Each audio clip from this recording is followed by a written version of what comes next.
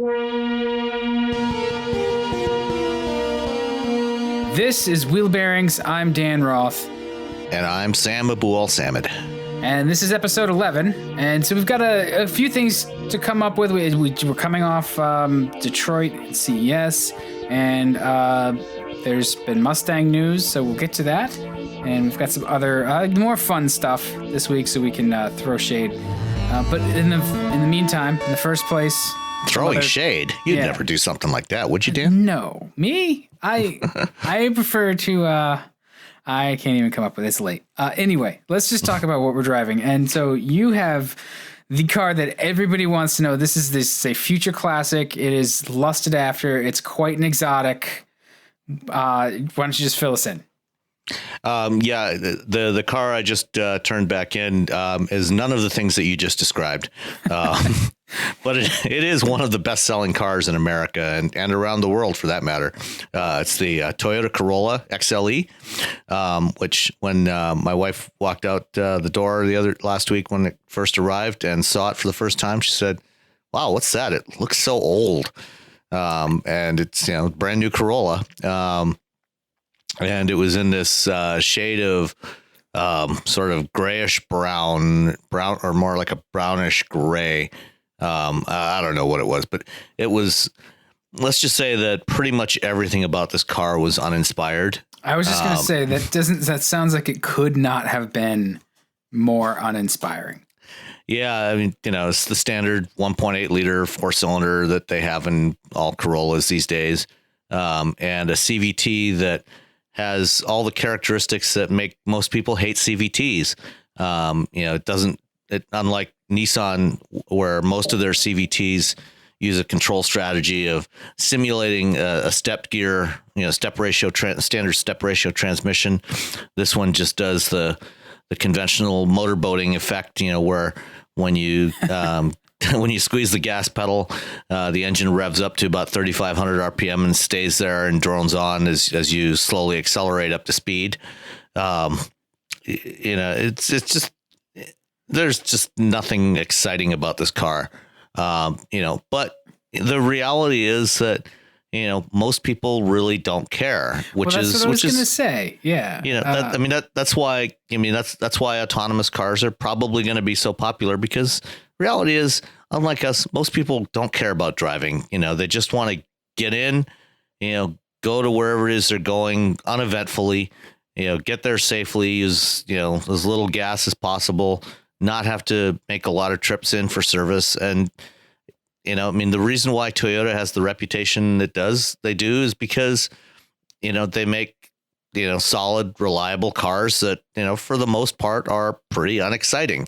Unexciting in a good way, but also, they avoid bad sorts of excitement as well, which is what most regular consumers want. And that's why, Toyota sells, 350,000 Corollas a year in the United States alone. And it's been one of the best selling cars globally for decades. Well, so people don't care necessarily about driving excitement, but the things they do care about are features and styling. You buy a car, it's a big ticket item, and it's something that does have a certain image and prestige attached to it. And so it was interesting to hear that your wife felt that it looks old, because I think that actually the Corolla looks pretty good now, since they've restyled it for its current generation, and it hasn't really been on the market that long. It's a sharp looking car on the outside. What's always let me down are their features, their tech, and the interior quality. And at that price point, just Toyota feels a little bit like it was, made by Tupperware. And the features are like their Entune system isn't great to use. It's okay, I guess. So, is it enticing on either of those levels? It did have a fair number of features. It had radar, adaptive cruise control, and lane keeping system. It didn't have navigation, but that's fine. But they all have now, don't they have like the what is it? This like the navigation pilot or something that you can actually like use nav on your phone, but pipe it through the screen. I'm not sure about that. I didn't try the Entune app this time. I think you may be able to do that through the Entune app. You have to use a special Toyota app with your phone connected to the car in order to do that. So it was it was fine. The infotainment, the Entune infotainment system, is fairly responsive. There was nothing. It wasn't too cluttered. It wasn't a problem to use. Didn't crash or anything. It was not by no means the worst system I've ever tried. And right now, this is their older system, which as their new models are coming out, starting with the Camry this year, which they introduced last week at the Detroit Auto Show. The Camry will be the first of the new models to get their new Entune 3 system, which has been completely revamped. And that one will be the first to have what they call Smart Device Link in it, which is the open source version of Ford's Sync App Link. And that will have support for controlling some smartphone apps through the car interface, but that's not available on this Corolla yet. But overall, it had a decent number of features. It had heated seats, which was nice when it was cold last week. I think there's, like I said, there's nothing exciting about it in either a good way or a bad way. I think if you bought, if you're just looking for basic transportation, you can get one of these. And they start about 18 and a half. The one I had was the XLE trim, which is kind of the higher trim level. And out the door, it was about 23 and a half, which, considering the driver assist features it has, is not an entirely bad price. On the other hand, for the same price, you could buy a Honda Civic, which is get a Camry. But you're not going to get all those features on a Camry at that price point. So it does sound in the same segment, you can get a Civic, which does have the same kind of features. I think it's probably it's a lot more interesting to look at. Certainly drives a lot better, and there's other options as well. Mazda 3 is another great option, in that same price range that has similar features and really drives a lot better, Yeah, I mean, I think there's pretty much any of the other choices in this segment, barring like the Nissan, is it the Sentra? Do they still make Sentra. The Sentra? Yeah. Oh yeah. They just refreshed the Sentra for 2017. Right. So, while there's that tinge of Renault in the Sentra, I think that's the Corolla and the Sentra are probably the two least interesting, least exciting vehicles in their class. But it sounds like too, though, one of the things you miss out on with some of the other competition is that if you're looking for driver assist features, I think this year, really 2017, 2018, Toyota is really making its Toyota Safety Sense system, the TSSP system or features available like across all its models. So that means all of their cars have, pre-collision pedestrian detection, lane departure warning, the automatic high beams and dynamic radar. So cruise, did yours have all that stuff? Yeah, it did. So they back in 2014 they announced that they were going to start rolling out all the driver assist features across their entire model lineup by 2016, and they've done that. So yeah, the car I drove had all those features. They're not standard. They're not all standard on the Corolla or their lower end cars like the Yaris, but they are available across all those models, which is a good thing. I mean, that's something that is fairly new in the last 2 or 3 years to be able to get those kinds of features on a basic compact car. So that you can't complain about that. It's just the basic platform itself is uninspiring. Yeah, I mean it's fine. It's basic. Well, there's like I said, there's nothing inherently terrible about it. Right. It's just if you like to drive, if you want basic transportation that is unlikely to cause you any grief, with having unplanned trips to the dealer for warranty service, leave you stranded on the side of the road, things like that. The Corolla probably will not do that to you. It'll probably run fine for, 200,000 miles. It's not going to excite you, but it's not going to cause you any grief either. No, you know what it is? And that's what a lot of customers want. Right. It's a modern day Plymouth Valiant, and there's nothing wrong with that. Absolutely not. Like, it's just not for me. Yeah.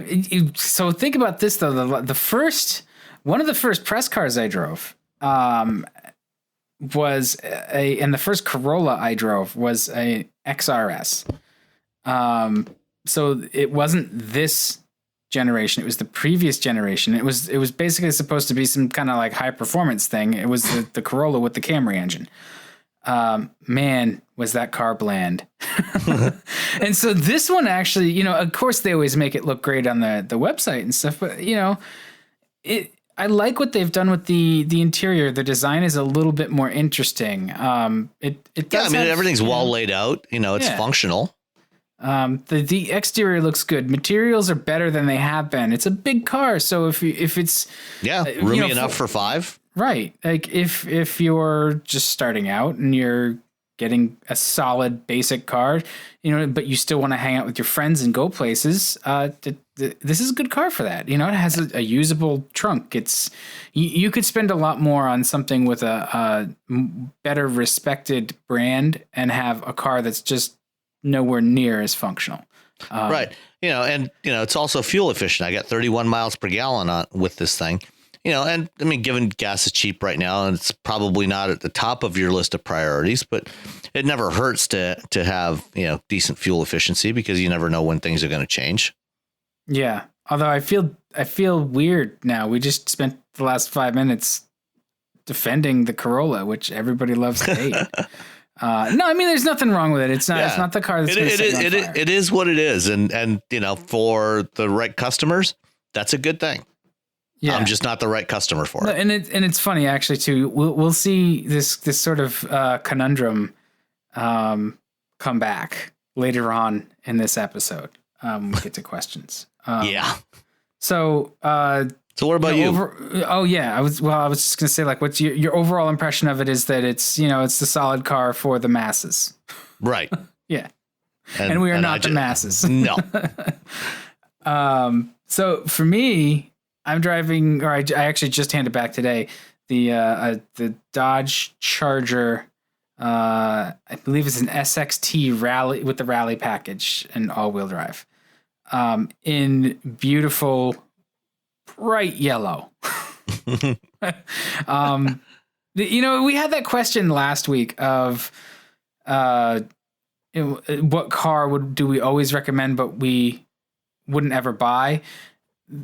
This is a little bit different. This is more of like a car I don't always recommend, but I might buy. I'm not in any danger of buying it now, and it's starting to feel its age, but it's not a bad car. It drives pretty well. Somebody sweated the details on this car, and they continue to do it because it's been around for 10 years in 3 kind of different generations now.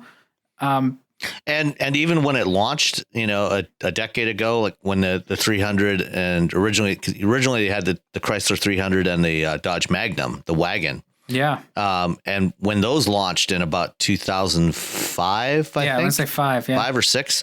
At that time, they were based on what was then the previous generation Mercedes E-Class platform because it was still Daimler Chrysler at that time. So it was already an old platform. Yeah. Is that like, how much Mercedes is? Did you ever get a solid answer to that? Like how much Mercedes there is in this car? Yeah, I don't think that there's not much in the way of interchangeable parts. What it was, you had maybe some floor pan pieces, and it was more a matter of the suspension layout and architecture, the rear axle design, so things like that. I think maybe some of the steering parts.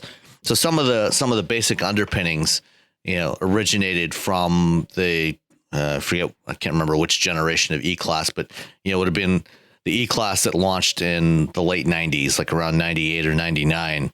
That's what, W126 or something. It could be something like that. I'm gonna look it up now. So, but it was a good, solid platform at the time, and it remains so. I mean, Chrysler has continued to tweak it and refine it.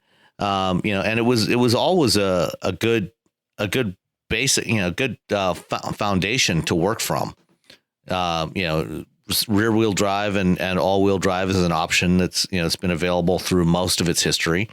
A variety of engines from V6s all the way up to, you can get a Hellcat Charger, with 700 horsepower.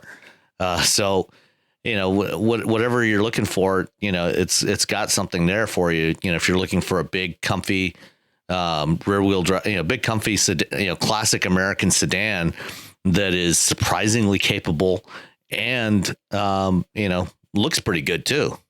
Yeah, it is all of those things. Even with this, so this has the V6, which is plenty powerful here. I think it has an even 300 horsepower the way I drove it, which is it's fine. It's plenty. And it returned about 22 miles per gallon. Not bad for a car this size, and it goes along the highway like a gunboat. It will cruise at 80 miles an hour a day, all day long. I'm looking here too. I think it was the first generation E-Class, the like E-Class that came out in, I guess the late 80s. That's the W124, and this is not that car. So second generation was like W210, third was the W211. W210 went from 95 to 2002, so that must be. I think that's the one. Yeah. Yes, it's an old platform, but it's not necessarily bad that it's old, and I'm impressed that they've kept it up. It still feels pretty solid. There's certainly cars that are in that class that just feel a lot more rock solid, but you do get to a point of sort of diminishing returns on that after a while too. Like unless you're driving these cars back to back to back like we are, you're probably not going to notice that, so the platform feels like it's 20 years old because it is. But overall, it's pleasing. I did notice a little bit of noise from the suspension over crappy pavement. I don't know if that's just because it was all-wheel drive and it was like extra travel or something, or if it's just, it had about 400 miles on it. So, and I put about 400 miles on it. So, maybe it just needs to wear in and quiet down a little bit. I don't know. That sounds like kind of an excuse, but overall, it's a solid car. It's not, it's another one of those things that like, it's been around for so long, it's easy to forget. But it's well equipped. It's very comfortable. I don't like the latest generation of Uconnect quite as much as I used to. Because you got to use the screen for all kinds of stuff like the HVAC controls. So if you want to move air around and stuff, you're looking at the screen and poking at it while you're trying to drive. The 8-speed auto is really good. The visibility is kind of not that great, but if you wanted this kind of car, there's not too many of these left. I mean, these are basically the last of their breed, of big, rear wheel drive or all wheel drive, classic American sedans. Yeah. I mean, as the market moves away from sedans in general, or for cars in general, you don't find many like this, and GM is discontinuing the Chevy SS. That makes me so sad. Yeah. Ford doesn't build anything like this anymore and hasn't for a long time. Last year, I had to take a business trip down to Louisville, Kentucky, and I drove a 300 with this same powertrain, an all-wheel drive V6 Chrysler 300.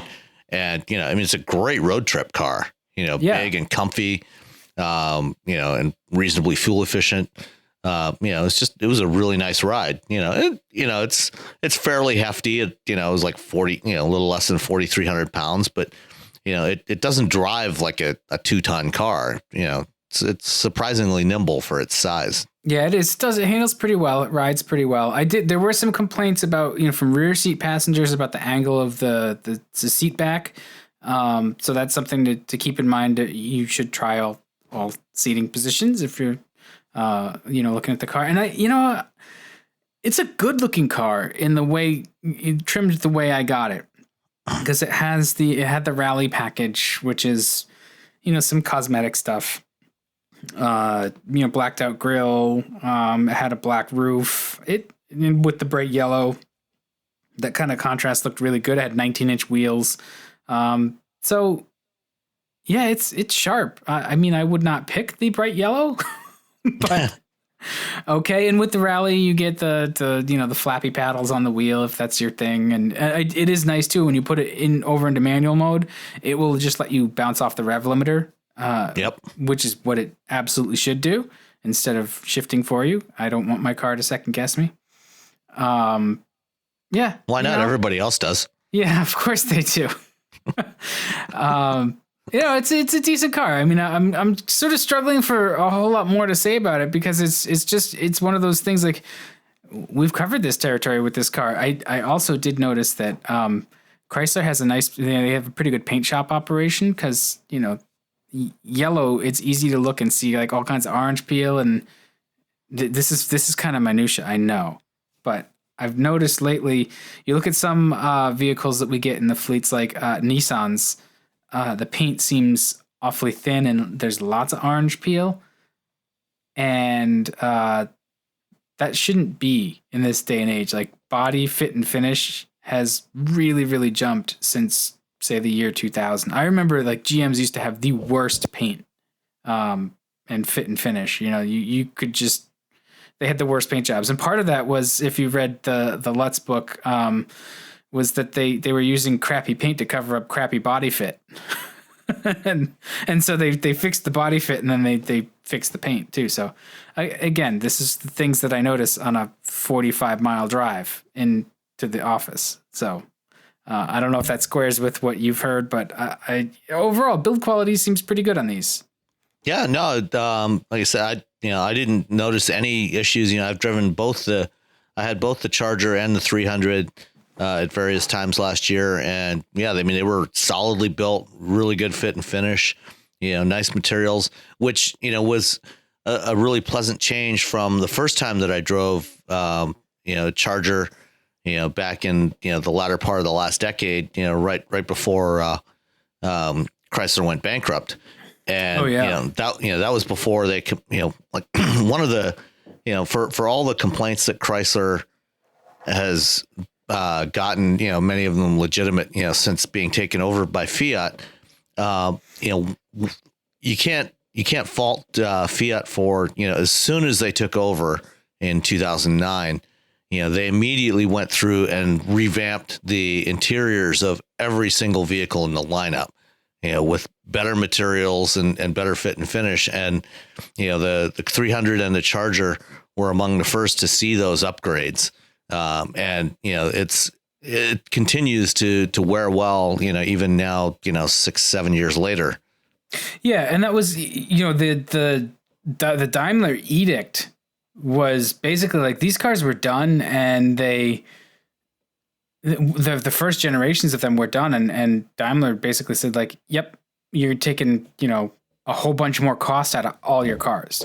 Yeah. And at that point, it was all hard plastics and bad trim, like the parts, you could find, it was not uncommon to find, plastic parts on the dashboard, where the molding lines hadn't been trimmed off properly, things like that. Yeah, it was bad. But that's, when the engineering's done, there's not a whole lot of other places to cut from. And yeah, I remember when they reintroduced these cars with, their sort of second generation, and they've since been updated again since then. The interiors were a huge step, and it makes it just a much nicer car. And Chrysler overall, across all their cars, they do, materials that feel good and look good, and they seem to wear well. Versus, like, even if you were to compare this to, like a Ford Taurus, which is in the same class, there's areas of the Taurus interior that just feel chintzy compared to what's in the Charger. So that it's. I've heard criticism of it too. You know, there's a giant dash top and it's all one piece, and you know, some people feel like it looks like it's kind of like Rubbermaid, and I'm like, oh, okay, but it's low gloss and it's squishy, and those are the things that us dash fondlers like. So I don't know. Speaking of updates, though, the Mustang's out. New Mustang, kind of new Mustang. Yeah, this one it caused some controversy last week during the Detroit show, and I couldn't talk about it on the last episode. Excuse me, because it was all still under embargo. But during the auto show last week, or actually on Friday afternoon, late Friday afternoon, before the auto show media previews, Ford sent out an invitation to media for an embargoed press briefing right during the middle of the auto show media previews, which got a few people rather angry.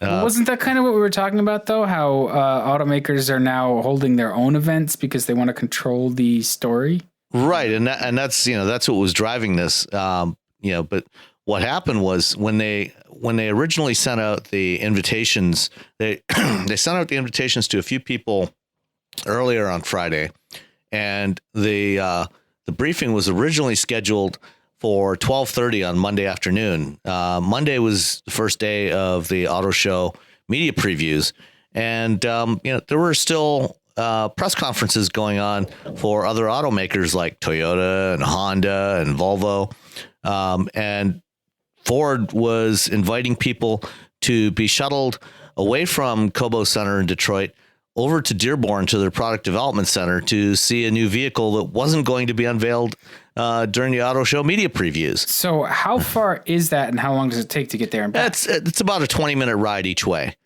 Plus whatever the event is, so it's a couple hours. So it's like, it was about an hour and a half.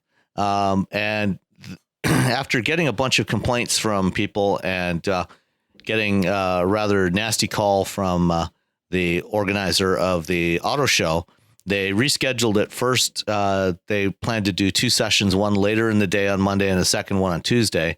Eventually canceled the Monday afternoon session and just did a Tuesday briefing where they took us to Dearborn, excuse me, to show us the 2018 Mustang, which is, a mid-cycle refresh. This was all a lot of hullabaloo and consternation, for, what is basically just a mild mid-cycle update on a car. It's like the mid-cycliest of mid-cycle refreshes. Yeah, nothing too dramatic about the changes to the car. It's not like they were doing a complete redesign, introducing an all new Mustang.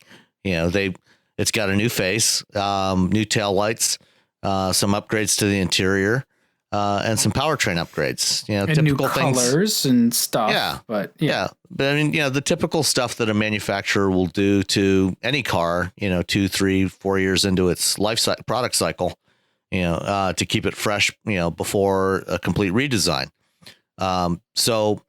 It made a lot of people angry. And then instead of showing it during the media previews publicly, they unveiled it today, in a multi-city, global reveal, including showing it off on the show stand at the auto show during the public days, which was really bizarre. Wait, so they had this car, it was under embargo, but it was on the show stand. Well, it wasn't on the show stand until today. So the public days for the auto show started this past Saturday. It's, as we record this, it's now Tuesday night, January 18th, I guess. The show opened to the public 3 days ago. And this morning they revealed it publicly on the show stand, which is, something that nobody that I can recall has ever done before. But they did it because it's a week after the media previews and nobody else was announcing any news this week. So they had the complete news cycle to themselves, which is what they were aiming for. So it's all very strange. But as far as the car itself, one of the big complaints about the car when they launched it in 2015, for the most part, the 2015 car was very well received, but there were some complaints about the design, especially around the front of the car. Some people thought it was a little bit too soft, not aggressive looking enough, maybe a little bit too much fusion in the design. And so they went back and, as part of the update, they reshaped the front of the car. The front edge of the hood comes down a little bit lower. It's about an inch lower now for the grille. It looks like the grille is leaning forward more in that classic Mustang shark nose profile. And then reshape the lights and everything. So it does look more aggressive than before. Is it enough, to satisfy the people who complained about the 2015 car? I don't know. We'll see. Overall, it's kind of a light update, especially with the looks. It looks like the nose. It's kind of like if you were to go from the 60s cars to the early 70s ones where they had that stretched out nose. Mm-hmm. It looks like the nose got a little longer, and it's funny because I actually feel like this one looks. It's actually not any longer. It's a trick. It's the same length. Yeah, it's a visual trick. Because the way it curves down more steeply now. I see. So the front end is down a little bit. It's about 20 millimeters lower at the front edge of the grille. The leading edge of the hood is about 20 millimeters lower than before. So it's an illusion. So it's lower, but it's not any longer than before. They're very clever. And the grille is wider.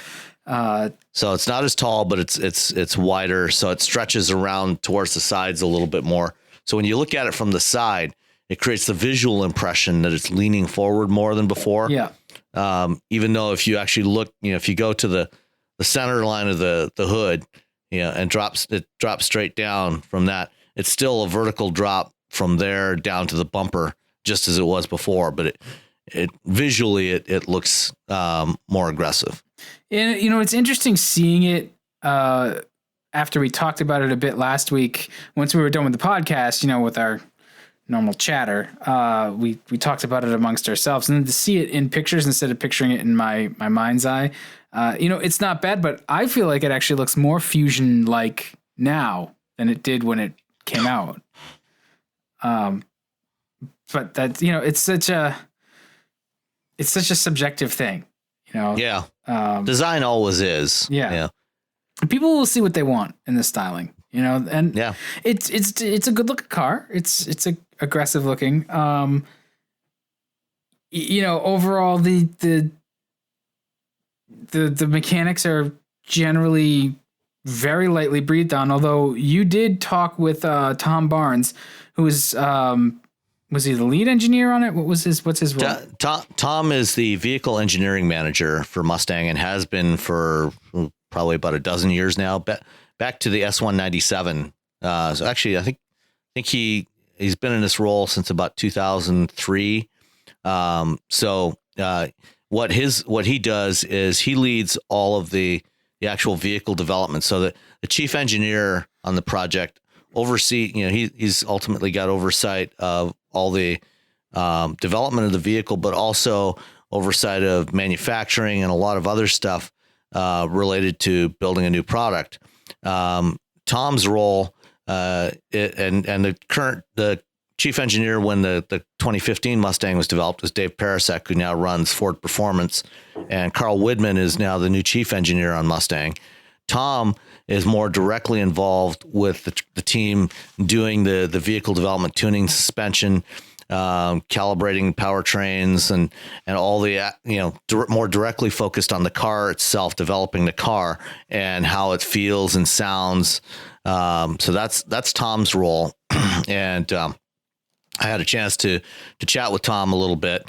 We can drop that recording in here if you want. Yeah, because you guys talked about a few aspects of it, but the retuned suspension and some of the multi-mode exhaust were two of the sort of highlights that he covered. There's a bit of background noise, but I think we'll do some audio trickery and you'll be able to understand it and get the general gist. It's always nice to hear directly from the horse's mouth sort of what they worked on and what their aims were with even the refresh model. And in terms of incorporating some of the pieces of the previous performance pack into the standard setup, what kind of impact did that have on ride quality? Yeah, so I was gonna mention that but I figured someone would ask me if they cared. So if you look at it and you say if this is performance better and ride better, okay, I mean you could argue, oh, this is where everyone should be. So what we did is we actually moved the performance. We went and we wanted to make everything a little more sporty in terms of handling. A little bit tight, a little more precise. Just a little more. And since we got the monotubes on all the lower level, that then increased our ability on our shock tuning to keep the comfort. So we actually, internally, we have a graph, like I'm saying, we literally went up and we got better ride quality and better comfort. They kind of shifted it to the right on that. It was like curve. moving the frontier out, and that's what we did. So it let us move the frontier out. And then as far as performance pack goes, the performance pack, you could argue, didn't get as much ride improvement as the base cars did, but these, like on this car, these tires have an innate, very good ride comfort, and so we actually got better ride comfort and better performance. And then if you look at the MagnaRide, obviously you can kind of write your own ticket. Yeah, I mean that's the beauty of that continuously variable capability you have in there. I mean, every vehicle from every OEM that uses that technology, it's like magic in terms of what it can do. And I'm going to tell you, we've had a few, we've had internal drives, obviously, and things like that, and people who don't get in cars and stuff will take them on steering and handling, which is, very hilly and bouncy and curvy. They'll be like, holy moly. Yeah. So it's worked out. It's worked out very well.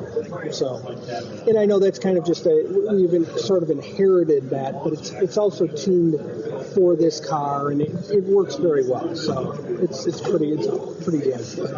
I assume no notable change in mass. No. I mean, your basic structure is the same. Yeah, the basic structure, the basic size, everything. I mean, there's certain things that may weigh a little more, or a little less. Like the 10R, I don't even know how much. It weighs a little more than the 10-speed automatic. Weighs a little more than the 6-speed automatic. But there's other things that have dropped a pound or something like that. Yeah. So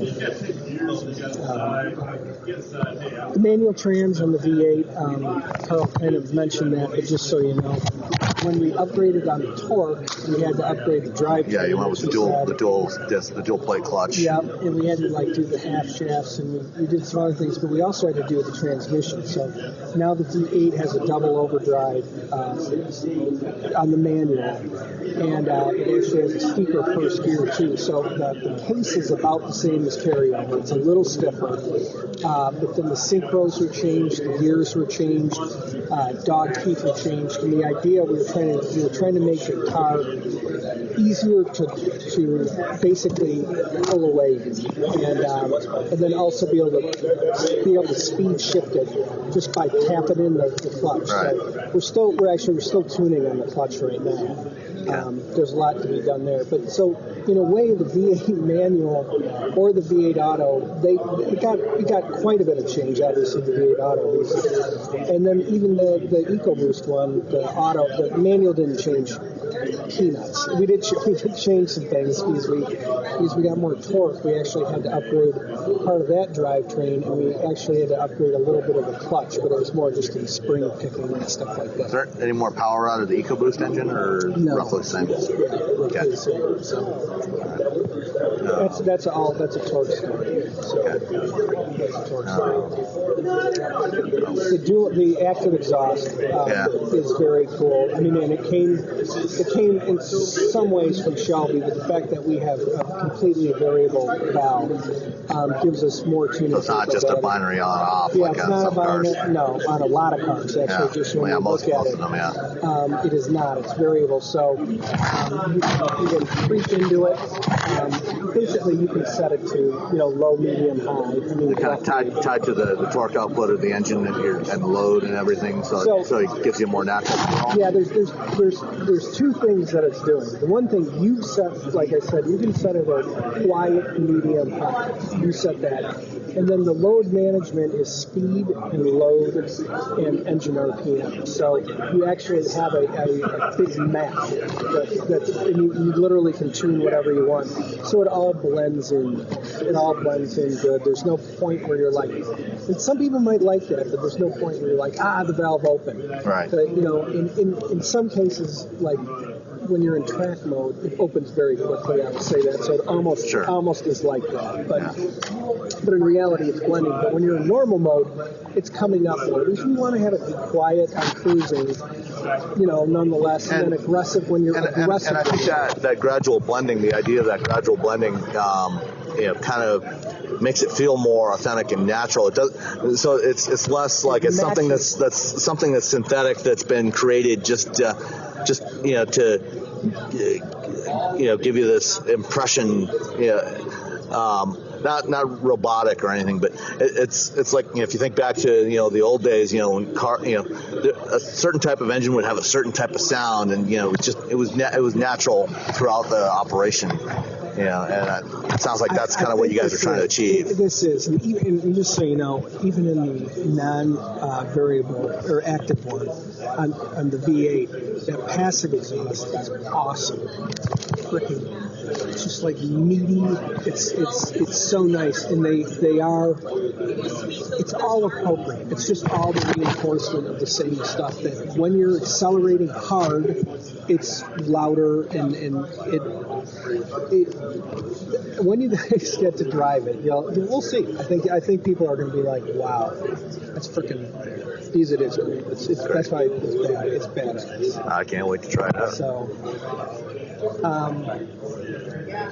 and then some of his features and the driver assist that Carl talked about. I think it's really yeah. I mean, for daily commuting, I mean, it's just it's so handy. There's times if you have to drive down I-94 to Dearborn, I mean, you're not utilizing what a car like Mustang is built for. Right. But it's nice to be able to just relax a little bit, use those features. Exactly. I really. And then when you get out to driving out to hell, that's a completely different story. It is, and so I'm just a huge advocate for those driver assistants. So, it's cool. Okay, so the general gist of the Mustang is they've tweaked it, they've pushed it, they've pulled it. I guess the biggest news is that the V6 is dropped. Right, the V6 is gone from the program. The V6, when they developed the S550, which is the current generation of the car, the V6 was a late addition to the program in order to have a lower cost entry level model. Excuse me. And so that engine is now gone for 2018. They have just the 2.3 liter EcoBoost and the 5 liter V8, which now has a dual injection system with both port and direct injection. It's going to have more power and torque than before, but they're still not saying how much. And then the automatic transmissions, the new 10-speed replaces the 6-speed automatic that's been in the car since since the 2015 introduction. So the V6 was always a confusing sort of holdover with this car. Once they refreshed it for 2015, it seemed like the 6 didn't really fit, and it seemed like Ford's heart wasn't really in it at that point either, because they had the EcoBoost and the 5 liter, and the 6 was kind of like, yeah, we make this thing too, but we don't know why. Well, like I said, it was the original plan was to only have the EcoBoost and the V8 like we have now, or like we will have for 2018. The V6 was added to the program late in the program because they wanted to get the base price point down. Because the EcoBoost is a more expensive engine to build, and that would have raised the minimum entry price for a Mustang if they had just that. Now, because Camaros are more expensive than Mustangs, I think they figured that, they don't really need the V6 model. They make enough of the EcoBoost now that I think, the cost of that engine has come down a little. I don't know if the minimum base price of an EcoBoost Mustang will be lower than it was for 2017. They haven't announced that yet. But I would guess that there will probably be a lower content 4-cylinder Mustang this year that is close to the price of the V6. And then, other trim levels moving up from there. Well, it just strikes me as weird. If they wanted a lower cost vehicle, you're going to save money by not building another powertrain variation. So that's weird to me. In general, yes, that's true. In this particular case, I think there was enough of a cost differential between those two engines, and they were already building the V6s anyway for other applications, particularly for F-150s. So it's not like they were adding a new powertrain, a new engine line anywhere. I think it worked out that they could offer a cheaper Mustang with the V6, and so they did that. Yeah, and it's not like it was a bad car either. It pretty much performed about the same as the EcoBoost. Pretty close, yeah. I mean, it's maybe a little slightly slower, because it had less torque than the EcoBoost. It had more, about the same power, about slightly less power and slightly less torque than the EcoBoost. But it was definitely a good value option. I mean, it still had almost 300 horsepower with that V6. So it was still a good performer. But now they've decided to discontinue that one.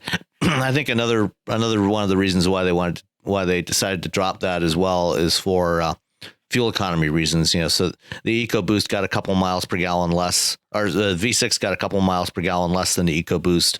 And so they need to keep bumping up their average fuel economy, and having that engine in the lineup wasn't helping. And do you still have your S197?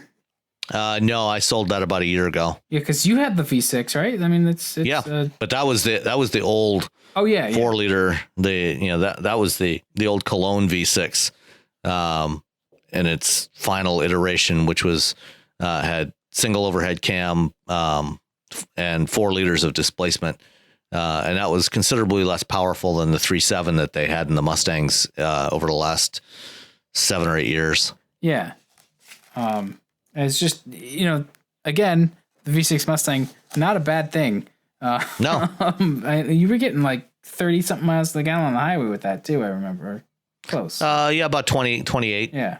So I don't think that the EcoBoost is going to return that kind of fuel economy, even though it like rates out, I guess was sort of the point I was going at. Like, on the EPA test, it might, but in practice, it probably won't. Real world, probably not most of the time. Although, on the highway, cruising on the highway, especially, if you got an automatic now with the 10-speed, you could probably get closer to, that 34 miles per gallon that they had it rated at. But the way most people drive Mustangs, you're probably not going to get that close to that mileage. Yeah, 34 miles to the gallon in that car seems ludicrous to me. But if you drive it gently, it's not impossible.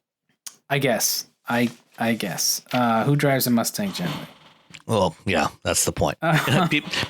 People running doing the testing for the fuel economy, driving the fuel economy cycle. Yeah, and that's where you drive it gently. That's true.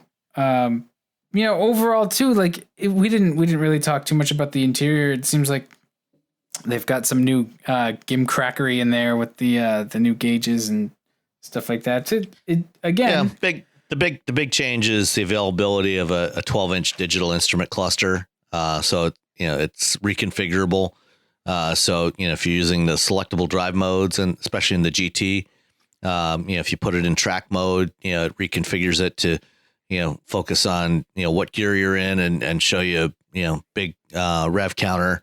And minimizes the speedometer, things like that. So there's a number of different layouts that you can use. It's kind of like an Audi-esque feature. You know, they were sort of the first ones to do that. And there's a couple of cars now that have that. I think there's actually a lot of cars now that have gone to those digital clusters. As the cost of the LCDs has come down, it's actually easier to do that. Because there's a lot fewer things that you have to engineer to get that to work. As opposed to a mechanical cluster. I just don't like it because they're not dim enough. They don't get dark enough. Some screens do, but a lot of cars too. Like they have the nav screens, and if you shut the screen off to reduce light pollution, the backlight stays on, and it's just too bright. It messes.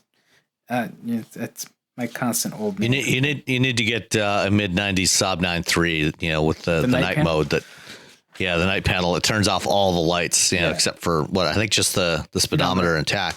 Yeah, but just the speedometer. Yeah, mid '90s Saab. By this point, none of the dash bulbs work anyway, so you don't even need the night panel. Nothing else works either. Saab is it's an acronym: Swedish Auto Always Broken. So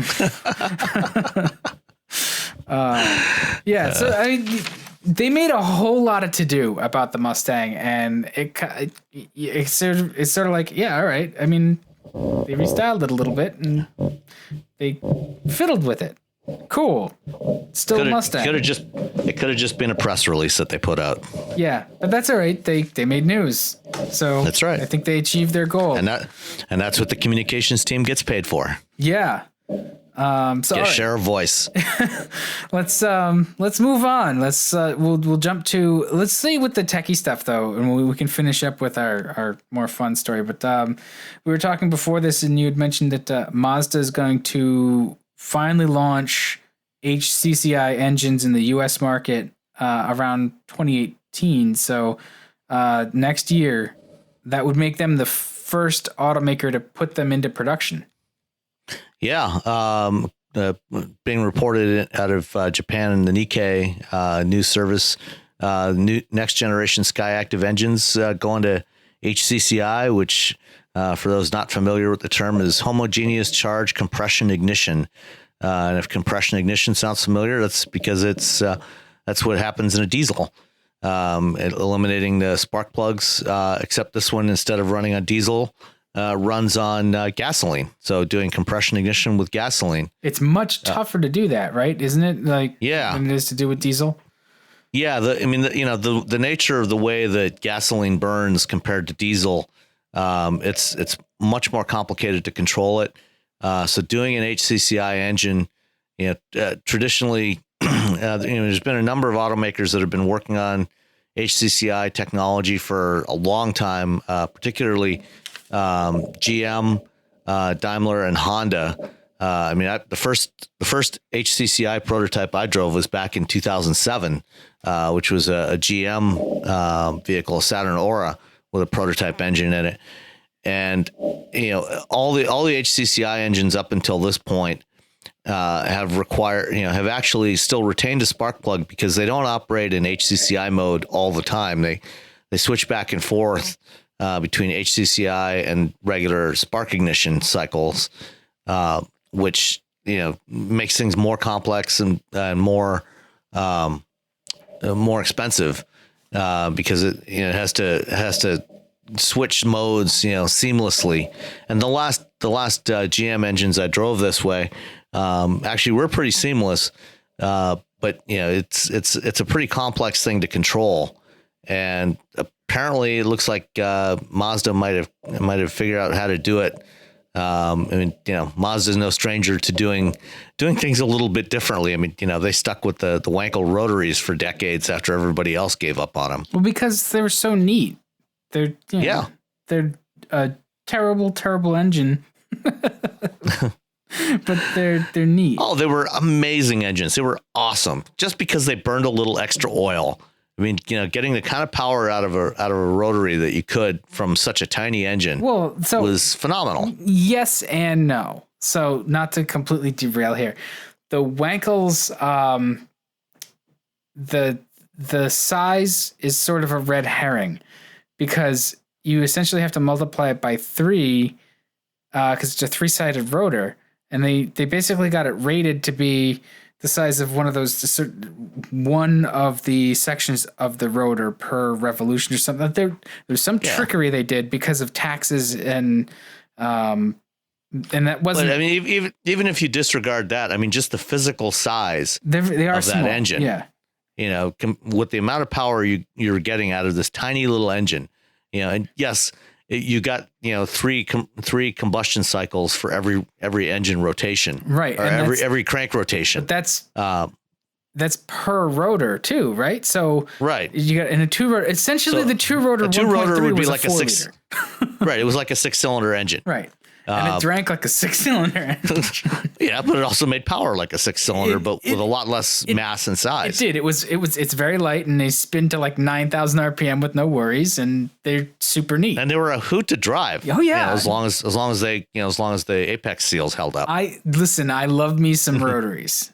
I just want it to be clear that they have their challenges, just as HCCI does, and one of the challenges. Well, actually, no. I was going to say one of the challenges is the same, but it's not really.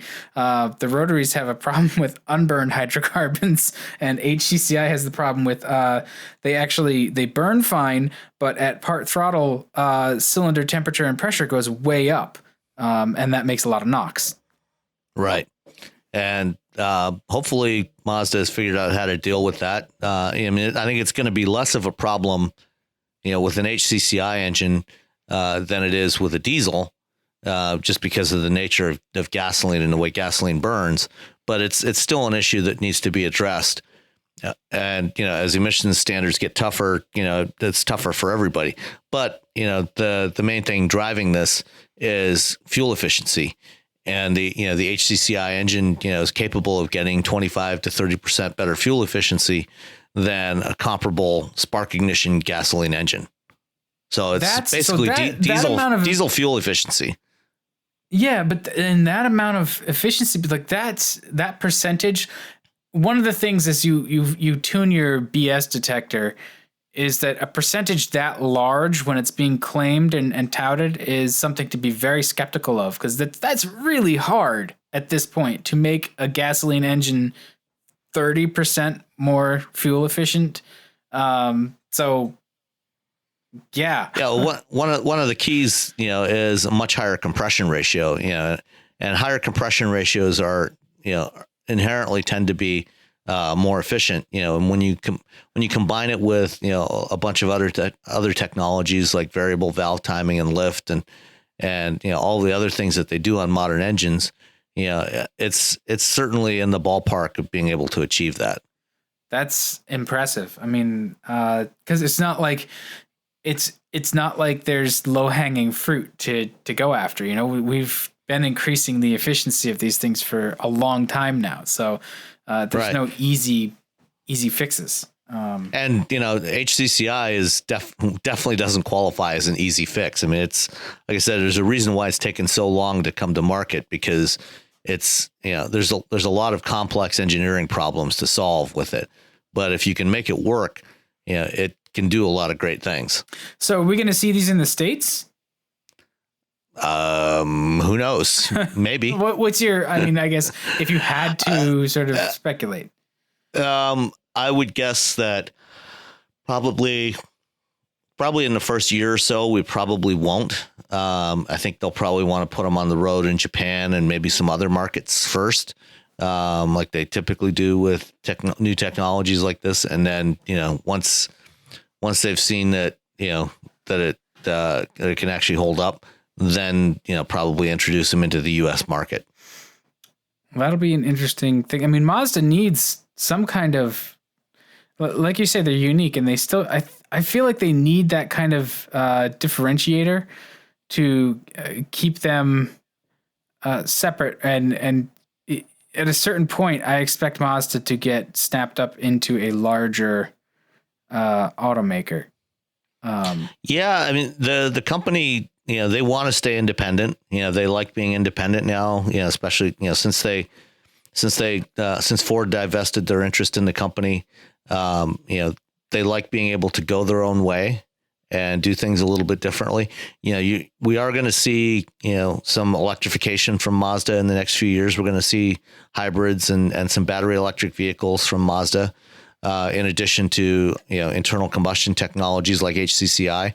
And, they're actively trying to move the brand up market a little bit, and be seen as more, not quite, Lexus style, but definitely a little bit more premium than, the mainstream brands like Toyota or Honda or Hyundai or GM, Chevrolet. And they're doing that with their designs and with their interiors, their interiors, relative to their competitive set, definitely tend to be of a higher caliber. So they're trying to be seen as trying to create the perception of being more of a premium brand, so that they can get a price point that makes sense, for their more limited volumes compared to the bigger players. Yeah. It just makes me think of back in the day when Acura and Lexus were sort of new on the scene, and Nissan had introduced Infiniti, and Mazda was one of the last, and they were toying with I think it was Amati, right? And that was that became the last of the 929s was the Amati. Like it was, It was the Millennia. The Millennia was supposed to be the right. Amati was the new brand they were doing, and the car they were designing for that brand became the Millennia. Right. They eventually decided that that they weren't big enough to launch another brand. Yeah. And so they abandoned that plan, but they already had the car ready to go, so they went ahead and launched it. That was such a neat car. Yeah. It was the first Miller cycle engine. Yep.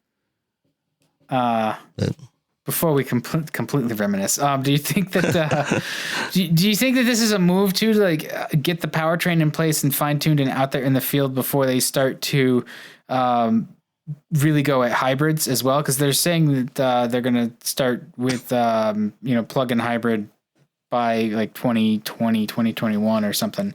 So having this engine, which is a high efficiency engine, paired with a hybrid, might give them even better fuel economy than other competitor systems. I think that's certainly a distinct possibility. I wouldn't be surprised to see them pair the HCCI engine with a hybrid. In fact, back before the first generation Volt launched, back in 2007 or 2008, at the time, before they had nailed down what the configuration of the production Volt was going to be, I actually talked to some folks at GM, including Larry Burns, who was then their head of R&D, about what other types of engine configurations would be well suited to being a range extender for a car like the Volt. Because I don't know if you remember the original Volt concept that debuted 10 years ago, the spec sheet at least listed a 1 liter 3-cylinder turbo, which ultimately, GM was obviously in some financial straits at the time and didn't have the resources available to develop that all new engine. And they ended up using an older 1.4 liter naturally aspirated 4-cylinder. But I talked to Larry Burns and some others at GM, about whether an HCCI engine would make a good alternative, because, one of the things with HCCI engines, at least at the time, was, they operated really well, in more of a steady state. They had their best efficiency in kind of a steady state operating condition, which was exactly the sort of duty cycle you would have with a range extended EV like the Volt. And he agreed that that would be an excellent option for that sort of application. So looking at doing a plug-in hybrid now for Mazda, having an HCCI engine would probably actually be a really good combination with either a regular hybrid or a plug-in hybrid. So maybe that's what's going on. Maybe we have just deciphered their strategy. I guess we'll have to wait and see. But yeah. Yeah, and I don't know if you can do Atkinson cycle with HCCI. That seems, I don't know. They'll figure it out. Yeah, you're not really going to do. I don't think you can really do an Atkinson with HCCI because with Atkinson you're actually going to lower compression ratio, and HCCI requires a high compression ratio because you need to compress the air in order to get it hot enough to ignite the fuel without a spark. Oh, that's true. Versus Atkinson, they're using Atkinson because it reduces peak power, but you get more work out of the fuel because it waits longer, basically, so you get more expansion before blowdown. Exactly. So you get a shorter compression stroke and effectively a shorter compression stroke and a longer power stroke. Yeah. And it's super geeky. Yeah.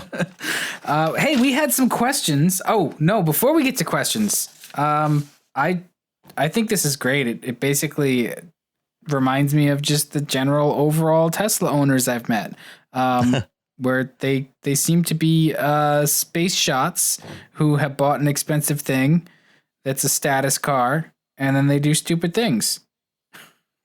Well, not necessarily a stupid thing, but it's just a general reminder, and this applies not only to Tesla but to any car that has a telematic system and has an app that you can use to unlock the car and start the engine. And that's actually a lot of cars today, including Teslas. GM was actually the first to launch this back in 2010 with the OnStar Remote Link app. To have this kind of capability, and most manufacturers offer something like this now. So what happened was a Tesla driver, where was he? In Red Rock Canyon near Las Vegas. He decided to leave the key fob at home and went for a drive. And figured, he's got his smartphone on him. That's all he needs. He doesn't need the key fob. Why would you leave the key fob at home? Like, is it that big and bulky? Is it that much of a thing? Was he, did he not have pockets? Who knows? Okay. All right. But for whatever reason, he drove off without the key fob and, drove off into the desert to, check out Red Rock Canyon. And when he got out there, shut off the car and got out and walked around. And then when he went to leave, he realized that the car couldn't be started because he had no cell phone signal. So, all of these smartphone based systems that are out there today that can unlock and start your car, requires having an actual cell signal to both the phone and the car in order for them to work. There are some systems coming out, in the next year or two that don't necessarily require that cellular connection. That'll be able to work just with having a authentication from the phone and using Bluetooth Low Energy, but those aren't available yet. So just a warning, if you do have a car that has this capability, take your key with you. Don't leave it at home when you go out. There's such a story in there. Like, you could just come up with like this beautiful shiny car, or this once shiny car out in the canyon, and there's this pile of bleached bones. I mean, there's a novel there. Yeah, absolutely. So it's not that I have actually taken off before and left the fob elsewhere. Well, I've given, I've handed over, cars to valets and stuff, and forgotten the fob in my pocket, and then, when I go to pick up the car, they weren't able to bring the car back because I still had the key with me. So, yeah. And then there's, a lot of cars now, most cars won't let you lock the fob inside the car, except for that fluke when you actually do. And it's usually like when the car is running and everything else is in it, like all of your house keys and everything, and it's snowing. And like for whatever reason, you bump the lock button, you shut the door, and the moment it clicks, you have that sinking feeling. You go, I just locked myself out of the car and the house, and the car's running. Yeah, they do that by using multiple antennas around the car, so that there's one antenna that's mounted right in the center of the car somewhere, and they're fairly short range transmitters, so you've got to be very close to it. So if the key is sitting in the right spot, then it won't lock the car. But if it's just slightly out of range, it might still allow it to lock even while the key's in the car. So make sure you keep the key in your pocket or your purse or whatever you use. And that is your Wheelbearings PSA. Yeah. So we did have some questions, though. I was rare to get to them. We got a couple of email questions, or at least one email question and a Facebook question. Yeah, so I'll read the question here for you, and I'll let you respond first. I'll take notes. Another one from James. So it's a 3-parter here. Okay. See, first part, insider view of automotive journalism. You mentioned a cozy relationship between manufacturers and journalists. What if a journalist has uncomplimentary things to say about a certain model? In your experience, is it safe to publish these views, or do you have to tone down your opinion? Have you ever known there to be consequences to a journalist stating a negative opinion about the car? Well, let me respond to that. Rewind back to the beginning of this podcast and our discussion of the Toyota Corolla. So generally, no. I mean, as long as your criticisms are fair and legitimate, right? Then there's not going to be a problem. So right. Go ahead. I was just, don't be a jerk. Yeah. There are some famous cases of criticism not being met with a happy response. Most famously, there was the decision, the Car and Driver decision by David E. Davis Jr. to publish I think it was like the Opel Kadett wagon. This is back now, about 45 years, but the pictures were done in a junkyard and stuff, and the car was just generally not reviewed in a favorable light, and GM pulled its advertising, I believe, from Car and Driver. It was a different time. That was definitely a bolder move then.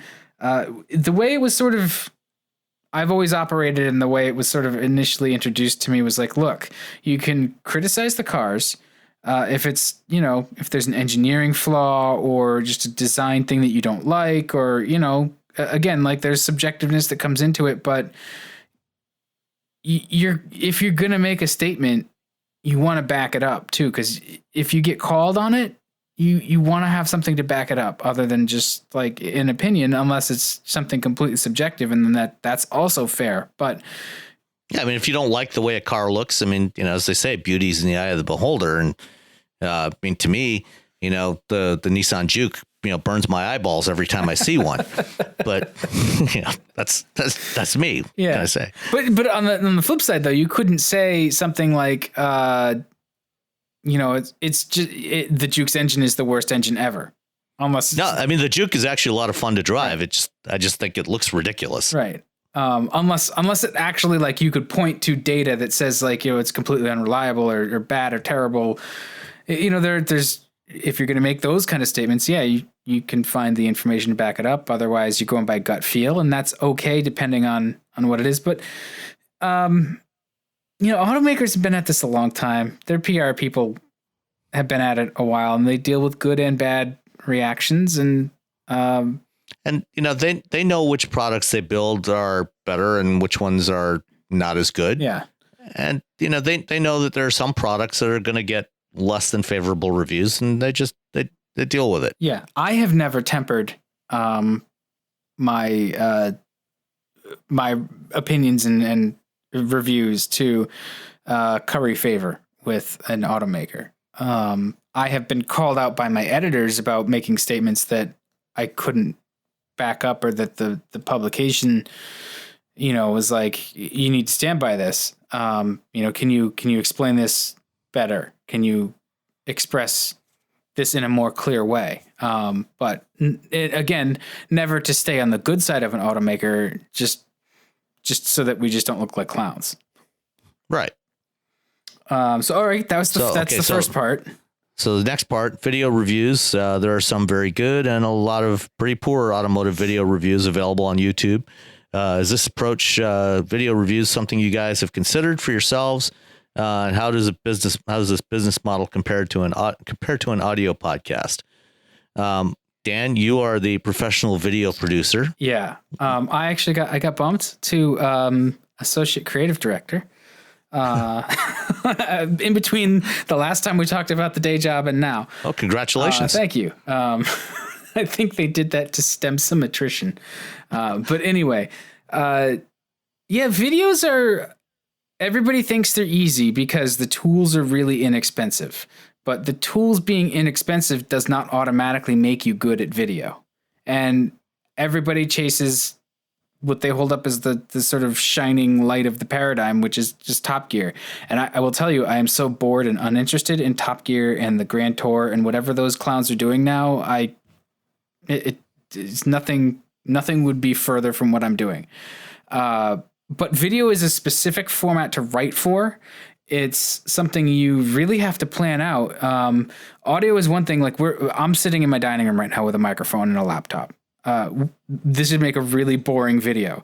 We'd have to go out somewhere. We'd have to shoot stand-ups. We'd have to understand how it's all going to be pieced together. We would shoot it all out of sequence. We'd get B-roll. We'd have to have a story and a shot list and a crew. Or if you're doing, one dude with a camera, you're going to have a camera that you set up somewhere and drive by a bunch of different ways. And that's less interesting. I've tried all those different iterations. And if you're gonna sort of rob from Peter to pay Paul, you could shoot a video review on your phone, but you've got to make it really tight and really interesting. I like the dude in a car driving around rambling. Some people are really good at that. Like most people are not. Right. Like I'm no Matt Farah. I can't do that.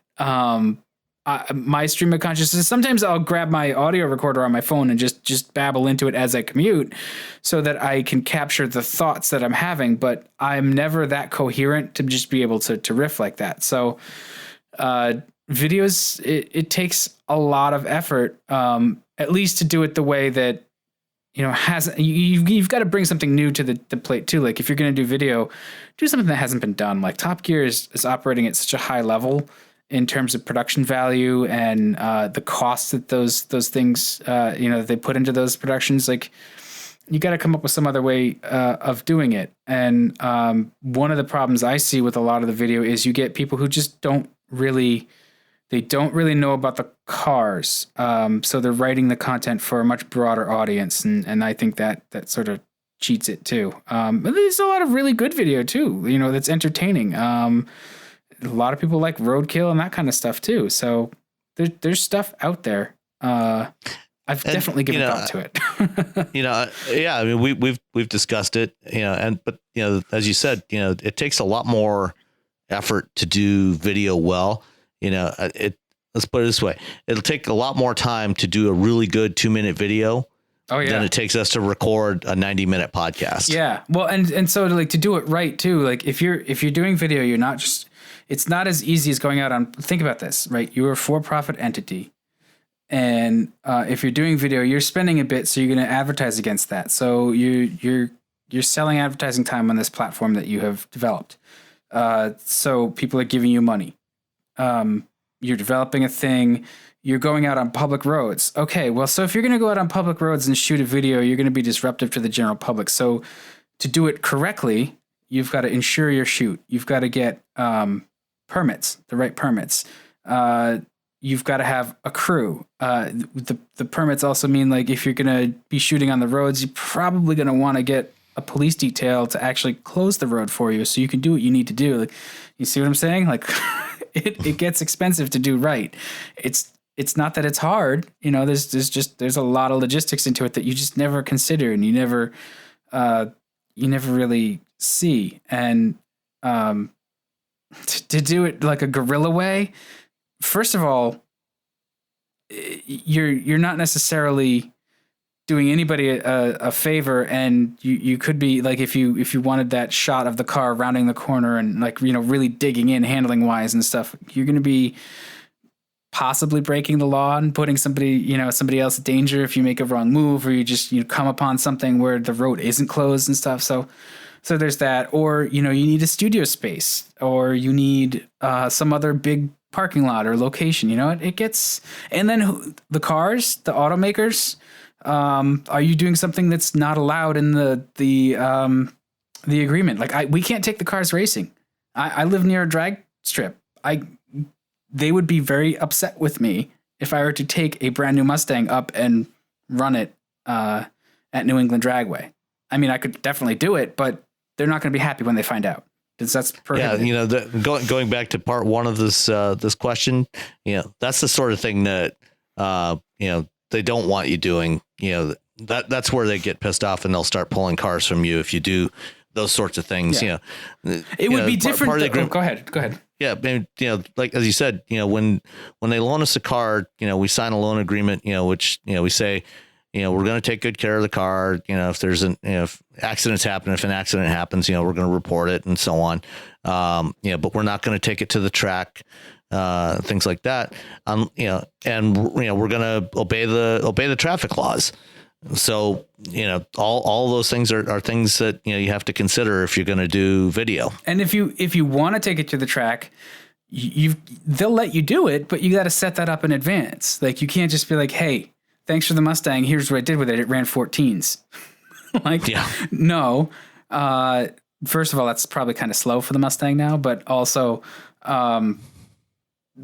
it's not insured for the track. If you break it while you're doing that, that's just so much more hassle for them. Because like if I were to crash it, that's one thing. That's an insurance claim for them. If I blow it up on the track, that's a different kind of thing, and they may actually just be on the hook for that dollar amount. And so somebody's budget has to eat that. And then the car goes out of the fleet. They got to get another car. It snowballs. So if I wanted to do something like that, I would need to clear it with them. And I probably would I would need to buy more insurance because it's me doing it. So you see, like, it's a business relationship for that kind of thing. And doing video is a business. Yeah. I mean, when we're, for us at least, unlike the big car magazines that have a lot more resources, when we're doing reviews, we're trying to, we're both trying to look at it from the perspective of the typical consumer that's going to buy this vehicle. How are they going to use it? So, when we talked about the Corolla earlier tonight, I said, this is not the car for me personally, right. But, for a lot of consumers, this would be a great car, because it's going to be, it's affordable and reliable and, offers a decent selection of features, for a decent price. And, so we're looking at it from that perspective, so it's all a matter of what we're trying to get across with our reviews. Right. And so I would love to do some kind of video stuff. Those resources are gladly accepted as donations. Send them our way. We'll come up with something. In the meantime, Motor Week has been doing, for something like 40 years, really good job at understanding where. I know they're not the most exciting show. I get it, but they do a really good job of sort of fitting a car into its segment and understanding its place and explaining that to people. Their funding model is they're Maryland Public Television. So Maryland Public Television is actually more taxpayer funded than other public television stations or in other states. So they've had a long-term budget to be able to do that. Right. And it takes a lot more crew to do it all. This is, Wheelbearings is just Dan and myself, and Dan's in Boston and I'm in, outside of Ann Arbor, so the logistics don't work out very well for us. No, we could certainly do it. We're doing the podcast like a double ender. We could do a show like a double ender, but we'd need to get more people involved and we'd need to have tighter, producing control over it. And again, not a problem, but eventually we might, but not yet. If I'm taking that kind of time like that, yeah, it's just not that I don't love you all, but you're going to have to send money. Do we get all the parts of his question? One more about engine technology. He's owned a lot of Hondas and BMWs in his life because for years thought they made the best engines. BMW with the inline sixes and Honda's 4-cylinder VTECs. But engine technology has changed so much with turbos, hybrids, etc. Which companies do you think are the most innovative and high quality in producing great engines? Do Honda and BMW still compare well? Honda certainly still builds a great engine. BMW, I guess they both do. Yeah, no, that I think they both do. I mean, most of the big manufacturers today build really excellent engines. They tend to be very reliable. They're remarkably powerful for their power density that they're achieving today compared to what they were doing 15 or 20 years ago is unheard of. And they're for the most part, running cleaner and more efficient than ever before. So, it's hard to pick a bad one. But certainly I would rank Honda and BMW still up there. A lot of the Ford engines, a lot of GM engines, are excellent engines. Yeah. I mean, I don't know that. So BMW has long committed to that inline six, and it is a good engine. I don't know that I'd say it's a configuration that's actually on the verge of even more of a revival because Mercedes-Benz is launching a new inline six this year in the updated S class, replacing a V6, and it's an all new engine. So don't diss the inline six. No, I'm not. It's just they're one of a very few still making an inline six, and their engineering certainly tends to be pretty aggressive about pushing the cutting edge. What I see now is there's a lot of turbocharging going on, which makes it a little bit more difficult to really say, oh yeah, that's a great, really flexible engine. I'm very intrigued by the Nissan variable compression engine. That's going to be real interesting to watch. I don't know that that's the best or the worst. I mean, Nissan certainly the VQ V6 has proven itself for a very long time. It depends on what you want out of an engine. Do you want that power density like you were talking about, or do you want longevity, or do you want a combination of it? Because there's certainly the GM V8. The pushrod, the small block. Yeah, I mean, come on, that's brilliant packaging. Absolutely, and they've put so much development into that engine. That is a fantastic engine, and the Chrysler Hemi is the same kind of thing. That's a very well engineered V8, and it's got a lot of power. It's really punchy. It's starting to show its age a bit, but that's nothing that a giant supercharger can't fix. And apparently there's going to be an even bigger one soon. So yeah, but we'll talk about that another night. Yeah, that'll be interesting. And we got one more question from Facebook, which was let me just bring it up here. Stand by. Open the app and it reloads. What car do you recommend the most to friends and family, and why? For me, actually, probably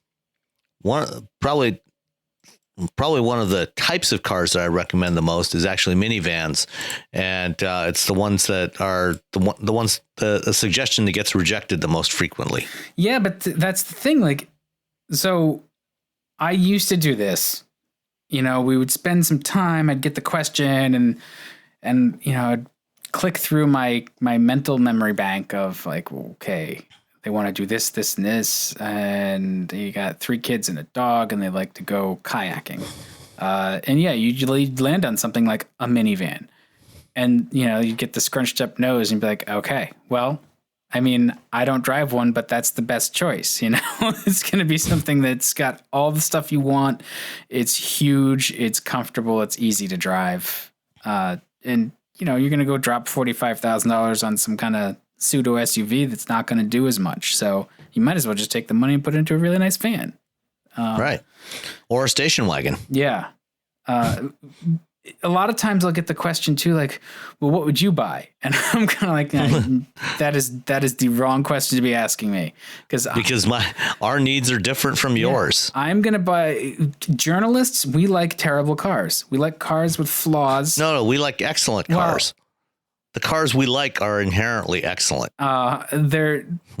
It's art. Okay. So true art, is filled with flaws because it is the flaw that makes the art beautiful.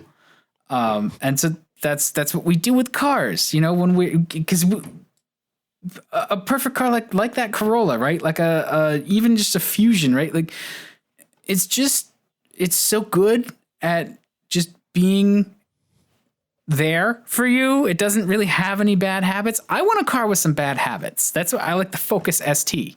Or the Fiesta ST, because you're in the middle of a corner, you let off the gas, and the thing's going to rotate. Like, a lot of people are not going to like that. It's going to freak them out. I'm going to be entertained as hell by that. Yeah. You want a car with some personality and some character. Yeah, character's a nice word. Most people don't want character. Yeah, they want a Corolla. Right. I mean, my fondest memories are my shit boxes because they did stupid things, So asking a journalist what car they would buy is probably not the best idea. And I've actually found myself recommending stuff like Camrys or just, a lot around here. A lot of people are like, well, should I get the Jeep? And I'm like, I mean, I have a Jeep. If you want a Wrangler, you should absolutely not buy it unless you want to spend a lot of money on it and understand that it's going to be super loud and not all that practical and not terribly comfortable, but it's cool. Like, I like them a lot, but I don't know that I want to live with it all the time. And I'll freely admit, like, buying the Grand Cherokee, there's a lot of factors that played into that. It was not the most practical use of that chunk of money. I'm satisfied with it. I still like it. And that's kind of the emotional factor of it that you have to work in there too. So usually now when I get asked, I'm like, what are you looking at? What are you leaning toward? And I can either validate that choice or give them at least an alternative to say, you might want to check these things out. Or, usually we give some advice and it's an interesting conversation for 10 minutes. And then I don't ever, they never do what we suggest. That's fine. Whatever. Yeah. All right. I think I've murdered that question. Yeah.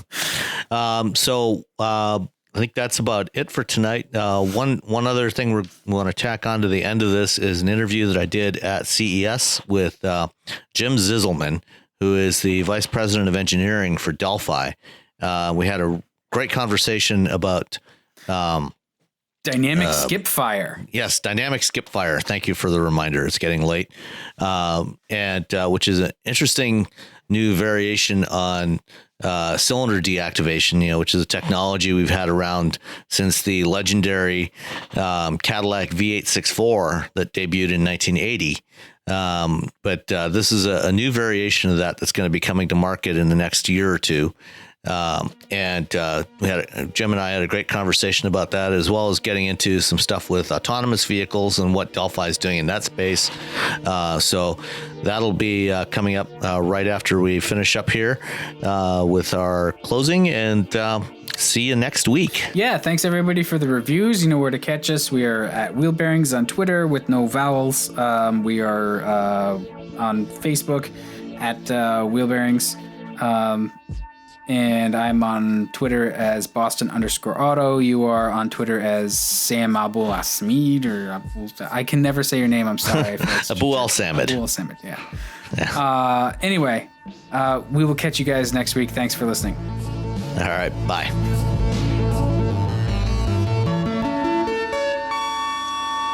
Okay. So, Jim, let's talk dynamic skip fire.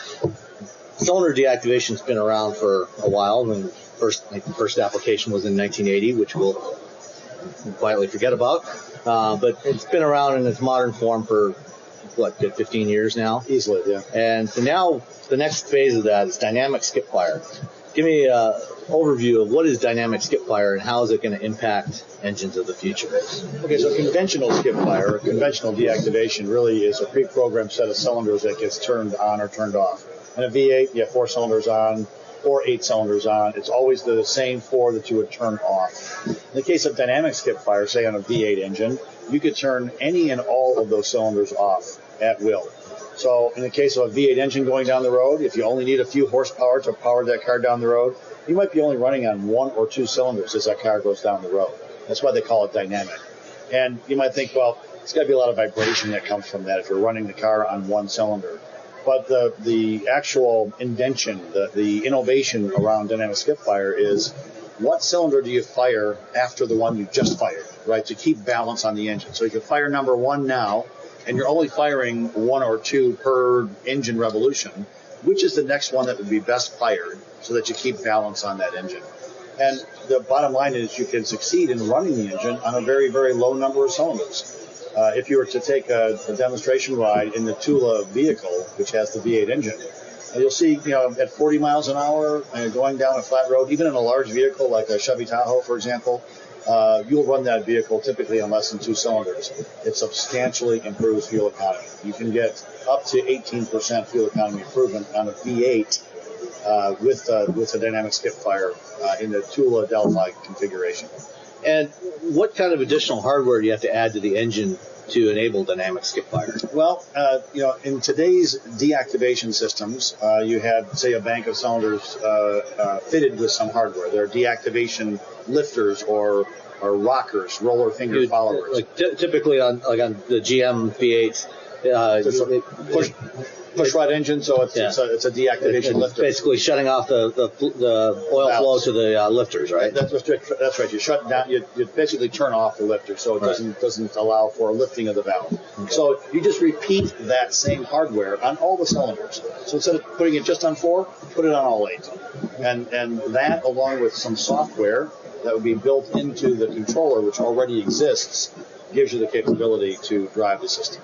And because you're constantly switching around which cylinders are firing and which ones are off, and you don't keep any of them off for extended periods of time, I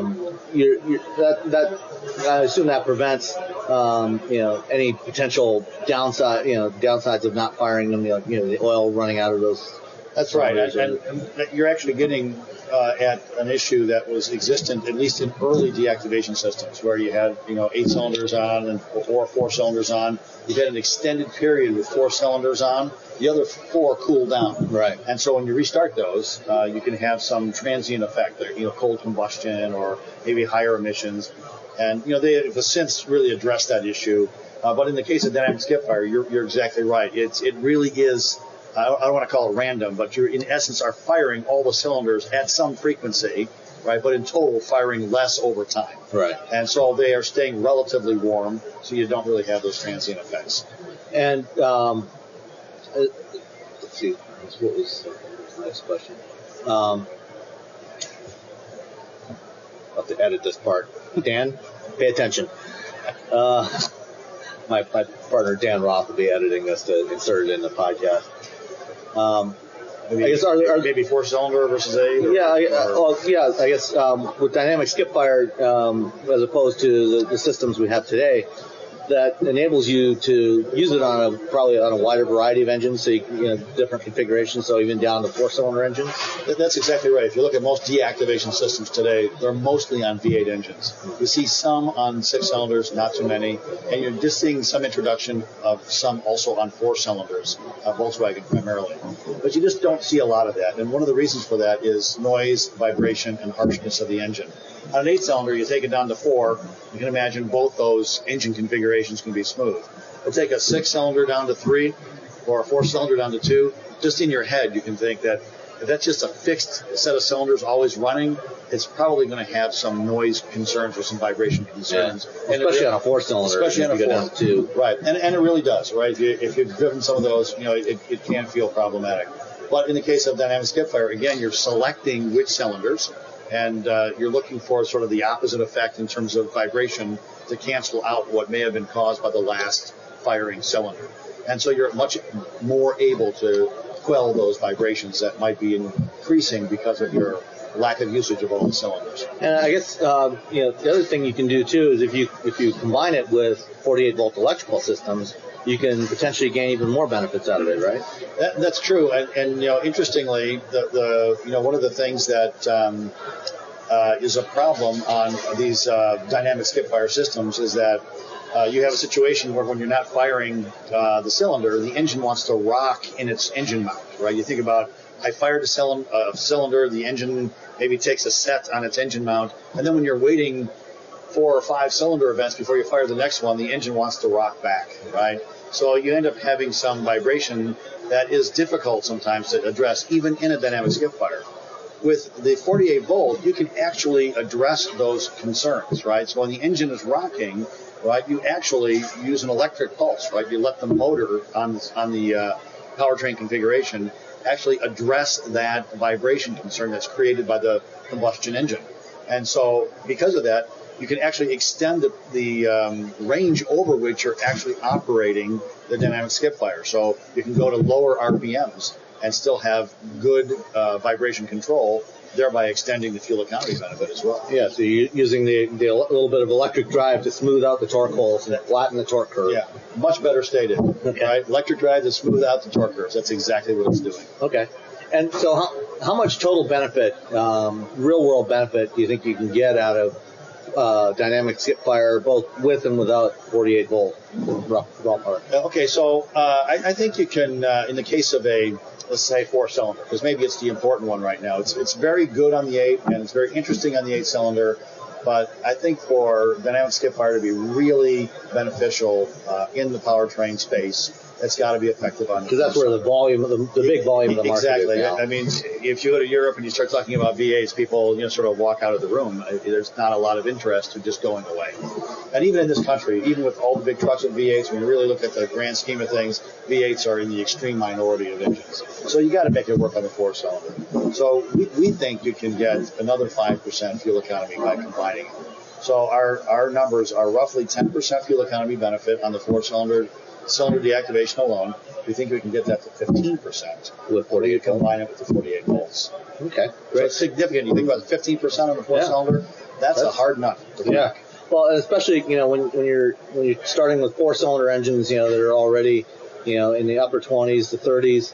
If you can get every incremental improvement beyond that gets harder and harder to do. So if you can get another 15% with that, that's pretty significant. That's right. For the dollar too.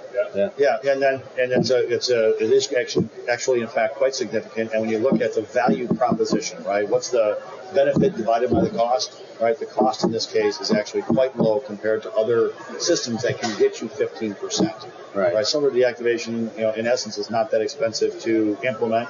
The cost for implementation is well known because you're essentially repeating what you've already done for years on the standard systems on all of the cylinders.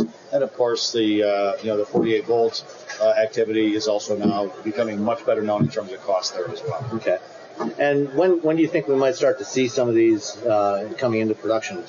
You'll see it here before the end of this decade, full scale. So by 2019, 2020 timeframe? Yeah, 2019 or earlier kind of production timeframe on big engines. And then we're hoping to see some 4-cylinder engines shortly thereafter. Okay, great.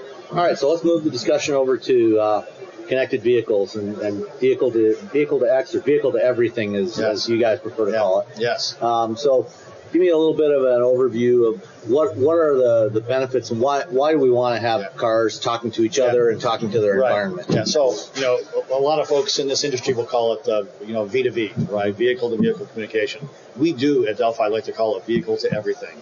So vehicle to vehicle, vehicle to infrastructure, vehicle to pedestrian. So why would we do this? Why would you put vehicle connectivity on steroids, right? Who would want to put the extra costs associated with that and the extra complexity? Why would you do it? It is, again, all about safety.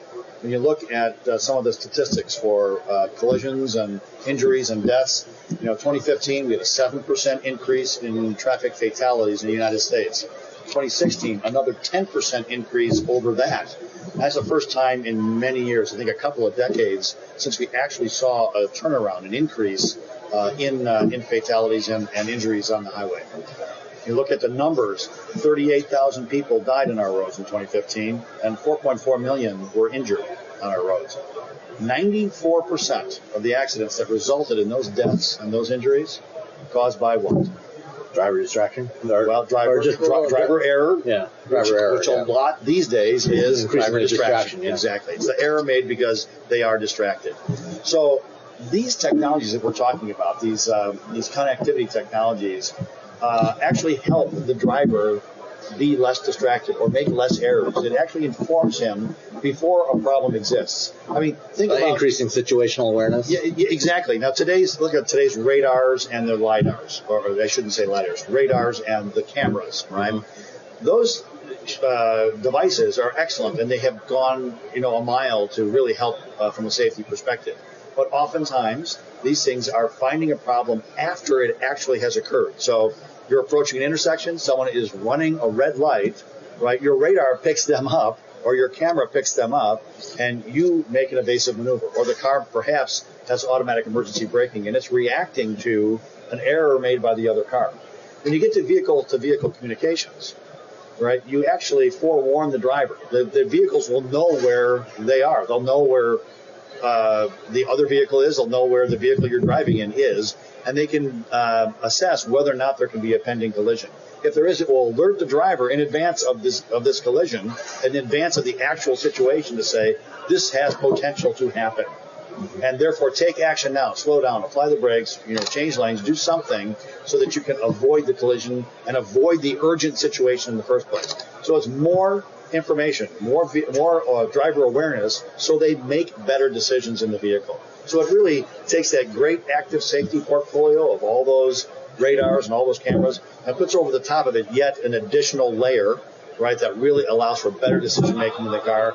And we think with this better decision making, of those crashes I talked about earlier, about 80% of them can be eliminated in the long run as you implement this type of technology broadly in the industry. Yeah, because what you're doing essentially is you're extending the visibility beyond line of sight, right? Because by transmitting messages back and forth between vehicles and infrastructure and pedestrians, you can be aware of things that you can't yet see. That's right. And that the sensors can't see. That's right. The sensors can't see through the car in front of you. That's right. But these wireless signals can be sent from half a mile down the road or a quarter mile down the road. Good examples. You're in or around a corner. Yeah, in a large city, you're going into intersections. You have tall buildings on every corner. Your radar and your camera's not going to see through the building to see that car coming in a cross traffic situation. But if the vehicles are communicating, they'll know they're coming, and you can take the right action. Same goes on snowy multi-car pileups, like what we recently saw in Michigan here the last couple of weeks. If you saw 5 cars ahead, a heavy braking, which would be a transmitted signal back to your car, you could slowly, bring your car to a stop or avoid the spinning cars that may be in front of you and really try to minimize the number of cars in that accident. So yeah, it sees where no sensor can see today, for sure. And I think we're going to see the first application of this early part of this year, 2017, coming from GM. Yeah, Delphi's in production now, actually, serving that market, and will be introduced on Cadillac CTS for 2017. And then the National Highway Traffic Safety Administration recently issued their notice of proposed rulemaking. That's right. And it looks like we're going to have this mandatory on new cars phased in starting probably around 2020. Yeah, 2021 is 50% of the vehicles produced must, in fact, have this technology. By 2023, 100% of the vehicles produced must have this technology on board. So we think in 5 years, at a 20 million sales rate per year, you put 100 million of these on the road, on a 260 million car park in the U.S., you go an enormous way to make our roads much, much safer in just 5 years.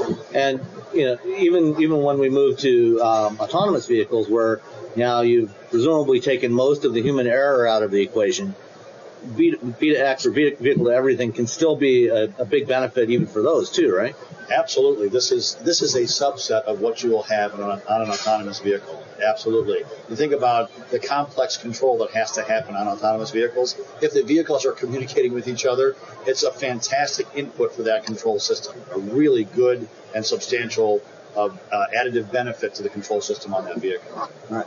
Well, Jim, thank you very much. And we're out of time now. I appreciate the conversation, and we'll be talking to you again soon. Yeah, it's my pleasure.